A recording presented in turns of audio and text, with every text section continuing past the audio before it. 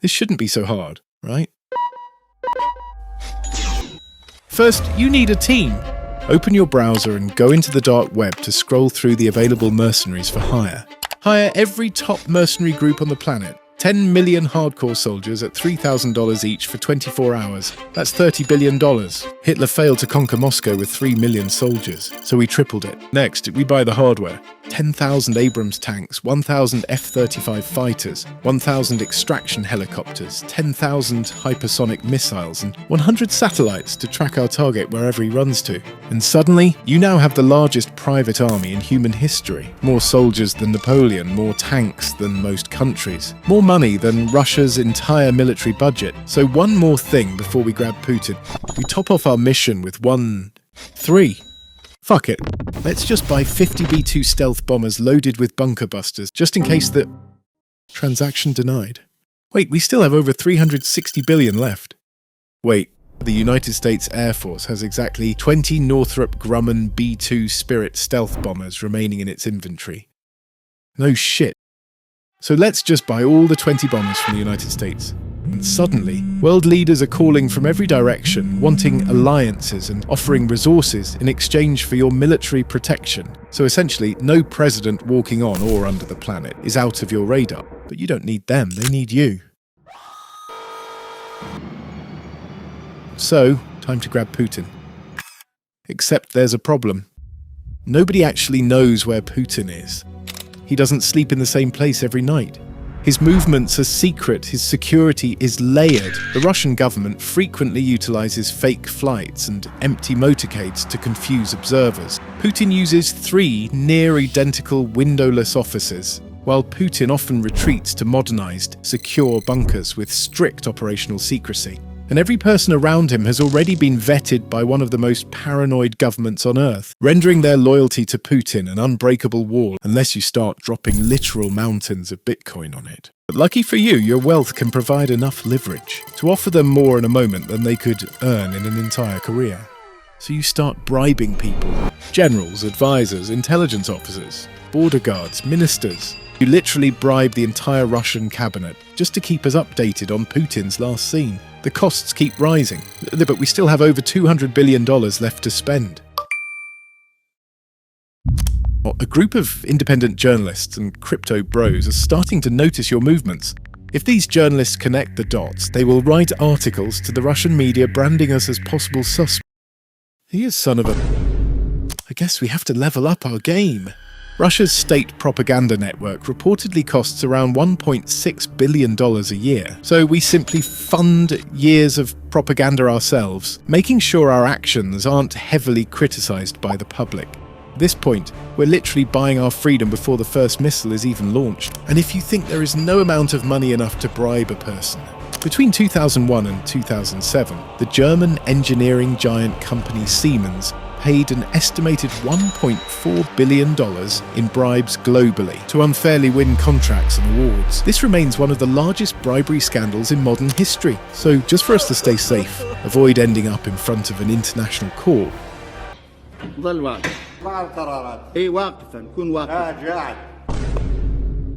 we'll set aside a modest $18 billion for the 18 judges. But information isn't enough. We also need intelligence.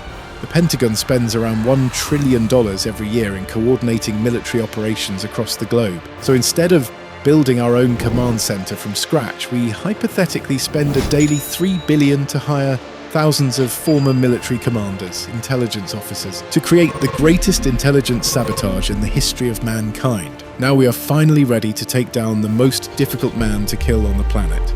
Every satellite watching Russia, every general waiting for the order, but we still have over $177 billion to spend. So before we launch our operation, let's do something completely unnecessary. A private SpaceX mission costs a few $100 million. So why buy one seat when you can buy the entire rocket? Invite 200 of your closest friends, open the champagne, and watch World War III begin from orbit. But this is what we need to know when we are dealing with the Russians. Russian defenses are no joke. We're talking about one of the largest military powers on Earth. Thousands of armoured vehicles, advanced air defence systems like S-400s and S-500s scanning the skies, nuclear forces, intelligence agencies, satellites, and layers upon layers of protection surrounding the most powerful people in the country. So you're fighting 100 walls stacked on top of each other. One mistake, one leak, and the entire operation collapses before it even begins. Our gadgets and unlimited budget give us a chance, but a chance doesn't mean certainty. We've pushed this plan to the absolute edge of insanity. Now, imagine the impossible happens. Somehow our 10 million soldiers pull it off. History would lose its mind.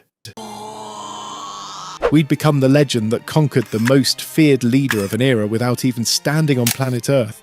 Napoleon conquered nations with armies and steel. We do it with nothing but a bunch of papers and ink. Leave enough so your 6th-generation descendants in 2226 will be ridiculously rich, and they will remember you as the man with the biggest bag and the biggest balls of steel in history. But let's say the mission fails. Our soldiers retreat, the operation collapses. Putin escapes. Even then, we still have hundreds of billions of dollars left, enough to build museums about yourself, fund universities, finance documentaries, pay historians to spend decades studying your operation, publish millions of books in every language on Earth, produce Hollywood movies, video games, TV series, starring global stars like Dwayne Johnson, Quentin Tarantino, and Leonardo DiCaprio, so that your story of capturing Putin becomes a global hit. Scholarships, monuments, statues. Within a generation, your story will be impossible to ignore. If we didn't have our military equipment, this war would have been over in 2 weeks. In 3 days, I heard it from Putin. Because history isn't only written by the victors, it's preserved by the people who leave behind the most records. So, could you abduct Putin with $1 trillion? Well, listen closely, because this is the part everyone thinks is the cheat code. If history gives you the one opportunity it never has, this is a leader who has survived in power for over 2 decades straight, a man protected by one of the largest intelligence services on Earth, a government that has reportedly uncovered multiple assassination plots before they could even happen, a country whose businesses and intelligence agencies across the world. You weren't fighting Putin, you were fighting the whole Russian machine built around him.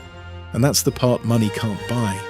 Because every $1 billion you spend, Russia spends decades preparing.